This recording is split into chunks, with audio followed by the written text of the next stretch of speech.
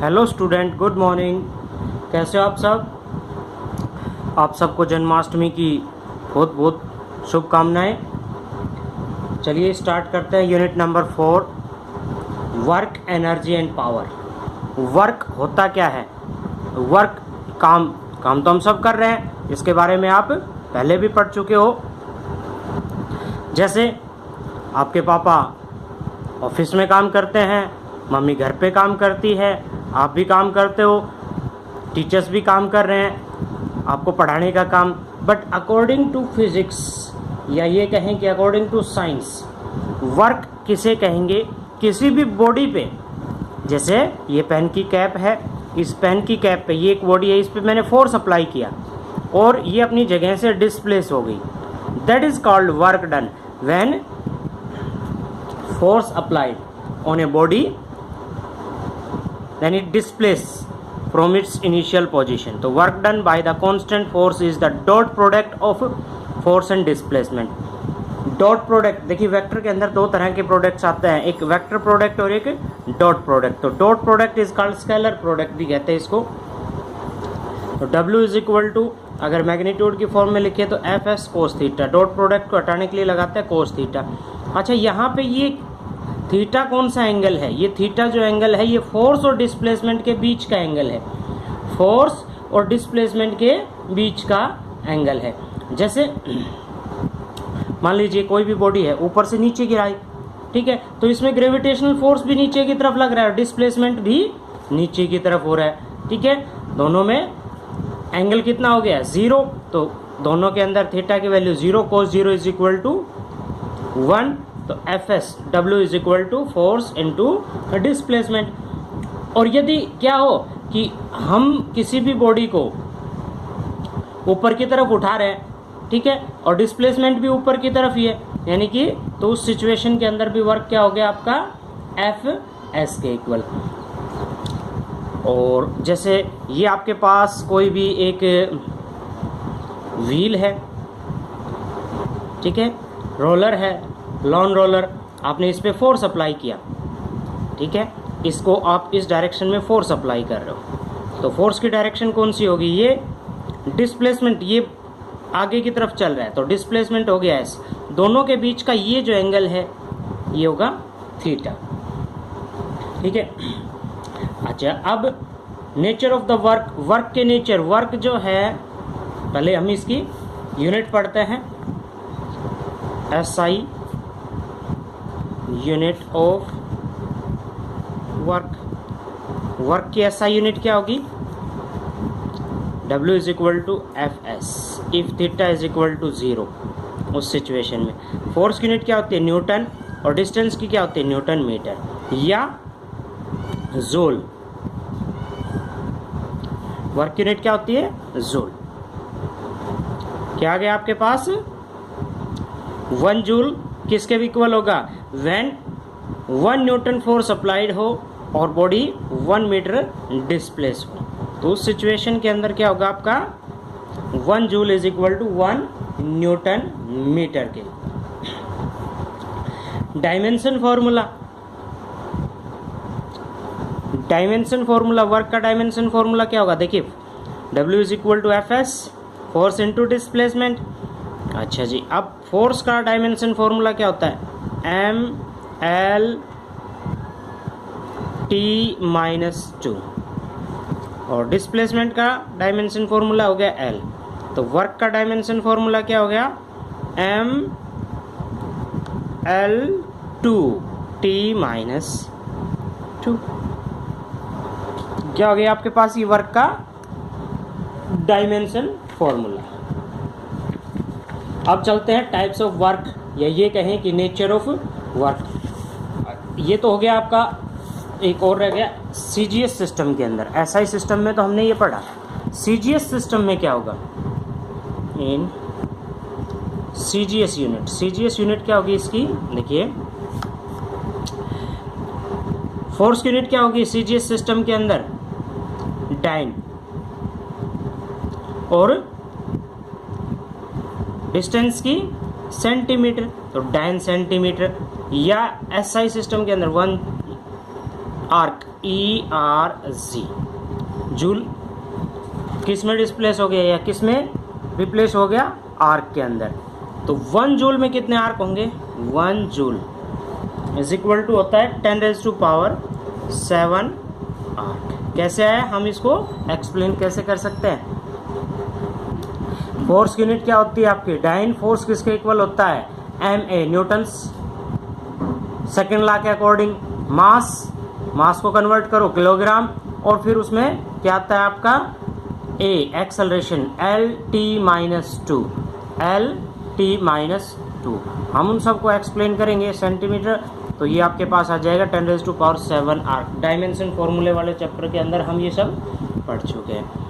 एक और यूनिट होती है, वो है आपकी gravitational unit. Gravitational unit, work की ग्रेविटेशनल यूनिट क्या होती है, किलोग्राम मीटर।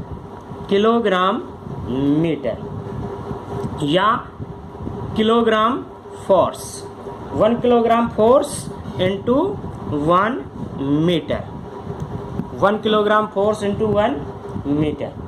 ये है आपकी gravitational unit of force in SI system. 1 kilogram metre किसके इक्वल होगा, work done is said to be 1 kilogram metre. 1 kilogram metre किसे कहेंगे हम,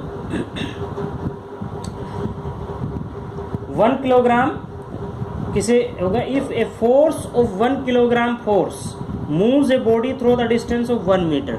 किसी भी बॉडी पे 1 किलोग्राम फोर्स अप्लाई हो और वो बॉडी 1 मीटर का डिस्प्लेसमेंट शो करे, तो वो किसके इक्वल होगा आपका, 1 किलोग्राम मीटर। अच्छा, 1 किलोग्राम मीटर को अगर हम किस में कन्वर्ट करें, जूल में, तो 1 kilogram metre is equal to किसके इक्वल होता है आपका, 9.8 जूल। और 1 किलोग्राम फोर्स, 1 किलोग्राम फोर्स भी क्या होता है आपका, 1 किलोग्राम फोर्स 9.8 न्यूटन के इक्वल होता है, 9.8 न्यूटन। सीजीएस सिस्टम में हम क्या ले सकते हैं इसको, सीजीएस सिस्टम के अंदर आपका ये आ सकता है, किलोग्राम की जगह पे क्या आ गया, ग्राम। ठीक है, और ये आ जाएगा आपका ग्राम मीटर, या ये कहें कि 1 ग्राम फोर्स इंटू 1 सेंटीमीटर। ठीक है, तो सीजीएस सिस्टम में ग्राम फोर्स, सीजीएस सिस्टम के अंदर क्या आ जाएगा आपका, 1 gram metre is equal to, ये चेंज हो जाएगा, 9.8 था ना, तो इसकी जगह पे क्या हो गया, मल्टीप्लाई कर देंगे, आपका आ जाएगा 980 आर्क में कन्वर्ट करेंगे इसको। 1 gram metre is equal to 980 erg. या ये कहें टाइप्स ऑफ, अगला चलता है टाइप्स ऑफ वर्क के type of work can be positive, zero और नेगेटिव, तीनों हो सकते हैं। वर्क जो है पॉजिटिव भी हो सकता है, नेगेटिव भी हो सकता है और जीरो भी हो सकता है। किस तरह से, देखिए वर्क का फॉर्मूला क्या है आपके पास, Fs cos theta. If theta की वैल्यू जो है वो लेस देन 90 है, लेस देन 90, तो वर्क क्या होगा आपका, पॉजिटिव, क्योंकि 90 से कम जितने भी एंगल आएंगे उन सब के अंदर वर्क जो है वो आएगा आपका पॉजिटिव। नेक्स्ट आपके पास आता है work can be zero, work can be zero, Fs cos theta. Theta की value, if theta is equal to क्या हो आपके पास, जीरो, तो वर्क क्या आ गया आपके पास, हम जीरो वर्क पढ़ रहे थे, थीटा की वैल्यू क्या हो 90 डिग्री, तो कोस 90 की वैल्यू क्या होती है आपके पास, जीरो, तो वर्क क्या आ गया आपके पास, जीरो। when theta is equal to 90 degree. And work can be negative, work जो है वो नेगेटिव भी हो सकता है। नेगेटिव वर्क कब होगा आपका, नेगेटिव वर्क। नेगेटिव वर्क जो है वो किस सिचुएशन में होगा, जब थीटा की value, when theta is greater than 90, तो वर्क क्या हो जाएगा आपका, वर्क विल बी नेगेटिव,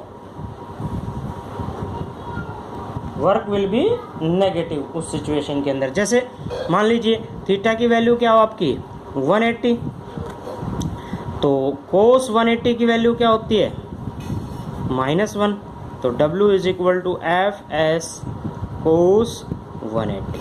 कोस 180 की वैल्यू -1, तो W is equal to -F S, ये वैल्यू आ गई आपकी। तो work can be 0, work can be positive, work can be negative. ठीक है, जैसे 0 वर्क का अगर हम कोई एग्जांपल लें तो कुली है, coolie carrying some load on his head, कुली सिर पे, जैसे आप देखते हो कोई भी व्यक्ति सर पे बोझ उठा के लेके आ रहा है, तो फोर्स की डायरेक्शन क्या है, परपेंडिकुलर, वो चल रहा है आगे की तरफ, फोर्स की डायरेक्शन ये है और वो चल रहा है परपेंडिकुलर, बोझ सर पे रखा हुआ है आगे की तरफ चल रहा है, तो एंगल कितना हो गया 90, और कोस 90 की वैल्यू क्या होती है 0। तो अकॉर्डिंग टू साइंस क्या कह सकते हैं हम, तो कुली का जो वर्क डन है वो क्या होगा आपका 0। बोल मत देना किसी भी कुली को कि आपने 0 वर्क किया है। ओके, तो आज हमने पढ़ा वर्क के बारे में। Work can be positive, negative, 0, work की units SI unit, CGS unit, work की ग्रेविटेशनल यूनिट। नेक्स्ट टॉपिक जो है उसमें हम पढ़ेंगे work done by variable forces, work done by variable force.